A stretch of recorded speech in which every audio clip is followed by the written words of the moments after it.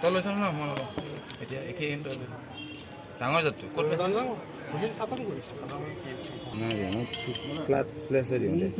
দাদা নগ'লো মানে খুব জ্বৰ কাৰণে মই যাব নোৱাৰিলোঁ, আপোনাক খবৰো দিয়া নহ'ল। কাইলৈ কথা পাতিম ৰাতি। এতিয়া মই ওলাই আহিছোঁ আপোনাক লগ কৰিম। ডাঙৰ কৈছোঁ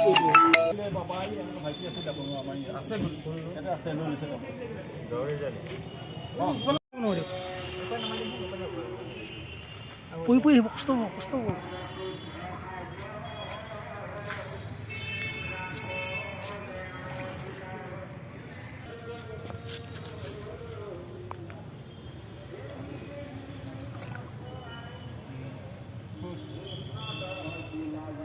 লুকাইছে নেকি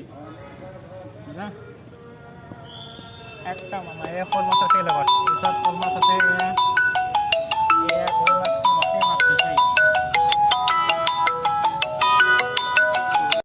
SBI লাইফৰ পৰা আমি মাৰ্কেটত গৈ আছিলোঁ চাটনগুৰি এৰিয়াত, আমাৰ প্ৰণৱজ্যোতি কাকতি আৰু মই।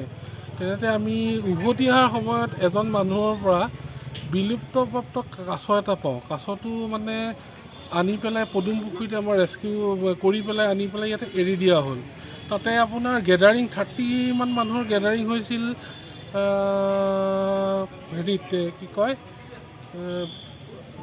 কি গাঁওখন চাটনগুৰি গাঁও। তথাপি নিদিয়ে তেওঁলোকে, তথাপিও আমি আনিলোঁ কিবাকৈ কনভিন্স কৰাই পেলাই আনি পদুম পুখুৰী ৰেস্কিউ কৰি দিয়া হৈছে। কি প্ৰজাতিৰ নাম জানে নেকি? প্ৰজাতিৰ নামটো নাজানো, কিন্তু সেইটো ডাঙৰ প্ৰজাতি বুলি গোটেই মানুহখিনিয়ে কৈছে। ঠিক আছে।